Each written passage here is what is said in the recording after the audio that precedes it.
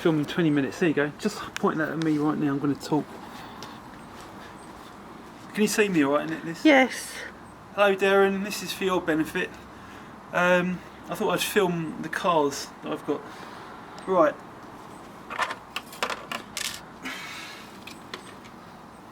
Okay, this is the Scorpion.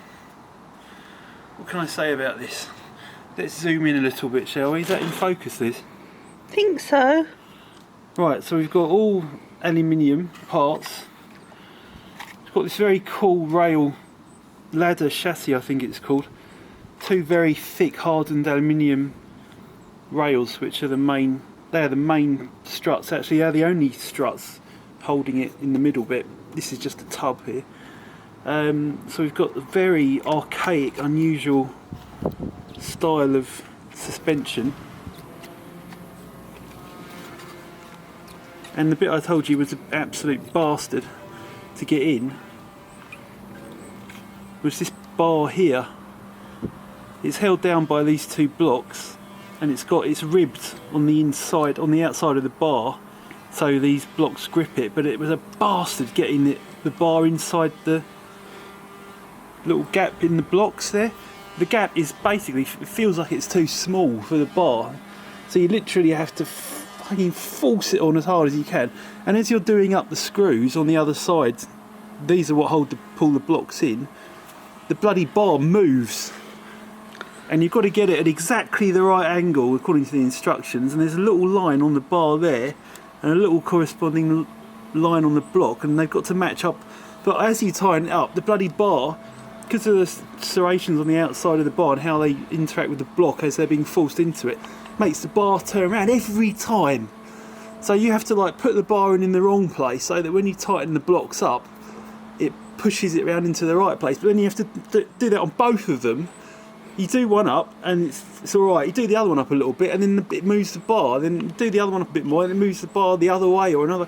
Anyway, it took me about 2 hours to get this bar. Really? God. And it's like the most simple looking thing, but I finally got it in exactly the right angle, and I thought I'm never bloody undoing that bloody thing again.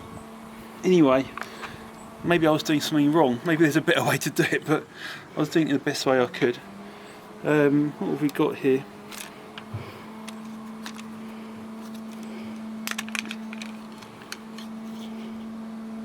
I just dropped a rubber O-ring.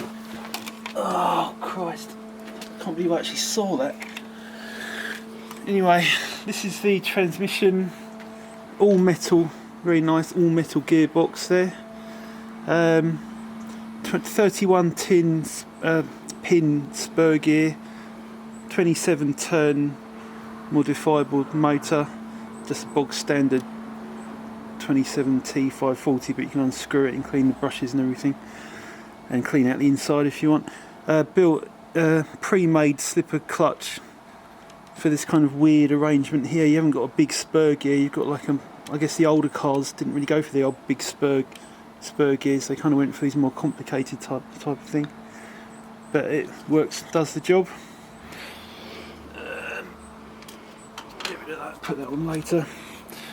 Steering, you can see it's got this rather old-fashioned style of long thing. It's not ideal really, because you get a lot of flexing in here, but I mean they've stuck to the traditional design, so it's cool. I mean, one of the reasons I got this one because it's got the tub.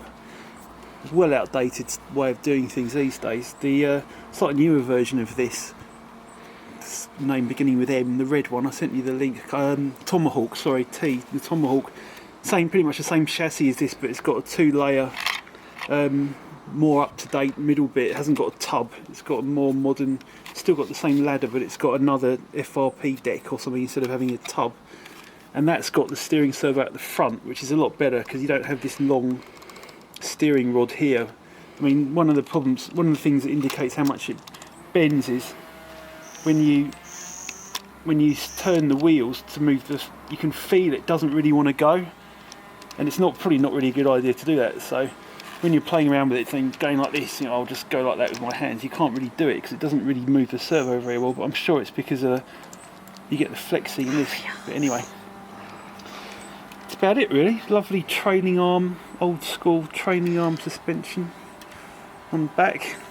Lizzie just told me to hurry up. I was probably prattling on a bit too much there.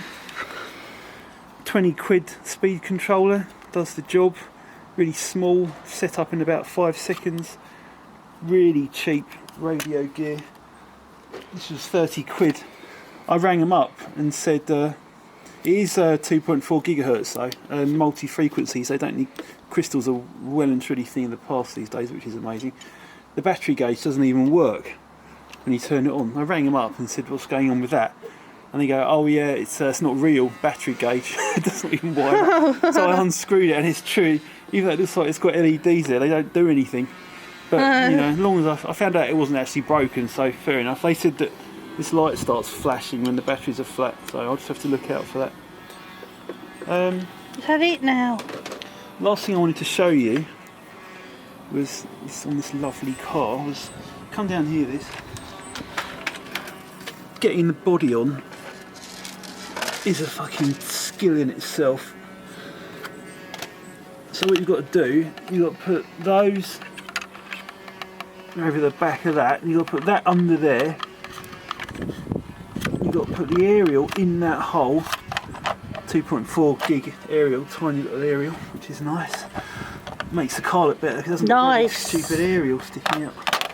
You've got to squeeze this in between these shock mounts here, which is really narrow, so it's already scratching the side of the body, but there's nothing you can do about that. It's obviously going to just happen.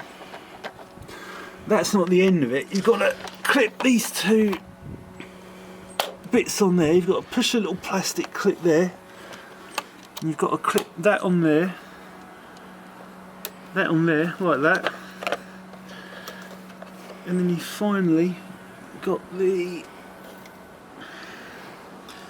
R-clip. Goes in the middle like that. It's awesome though. It's really fucking awesome. Really secure. There's no way that's ever going to fall off now.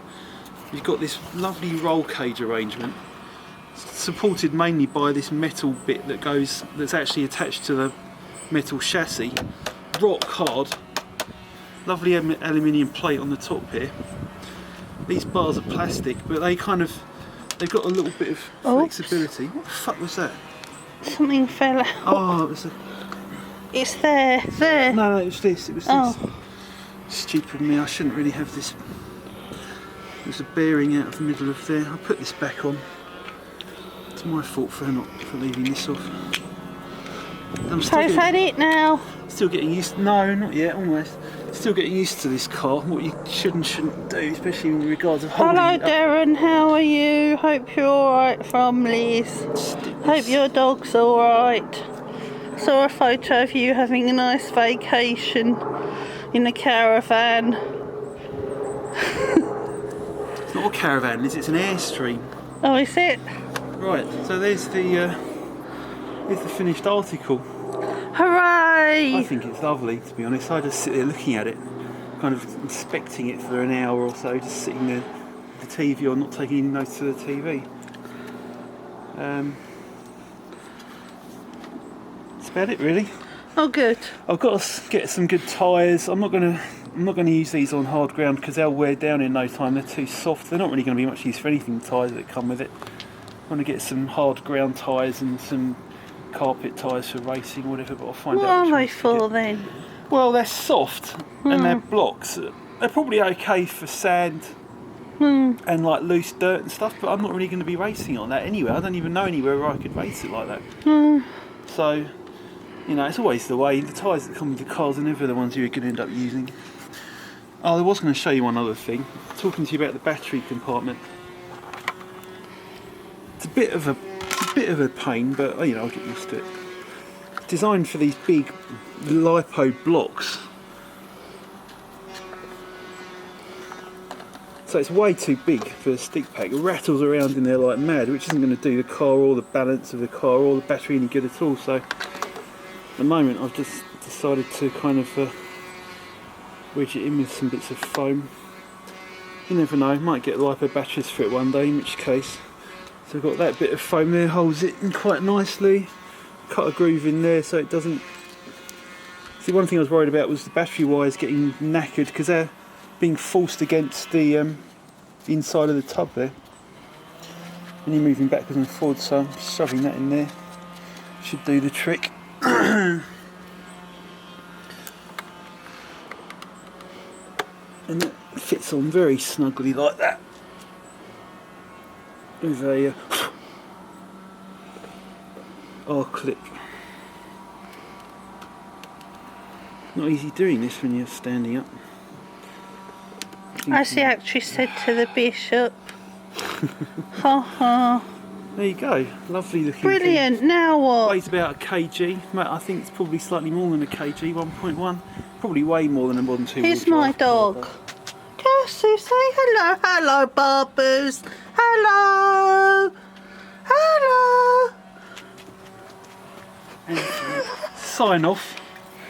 This is the first radio controlled car I ever had in about, I can't remember exactly what year, it would be in the late 80s, somewhere between 86 and 88, maybe 86 and 87, something like that.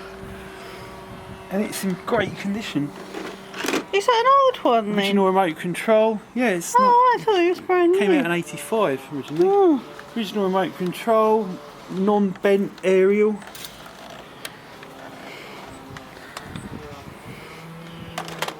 Richard's bent though. Ha ha ha.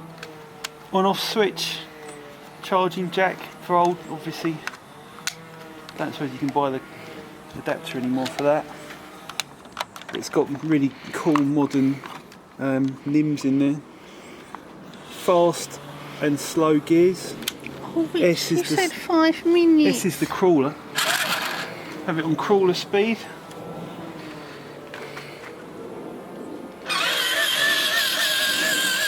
Dog's probably going to go for it in a minute. Don't do it in dog shit.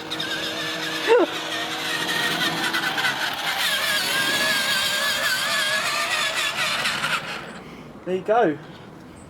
Thank you very much for watching. See you later. Goodbye.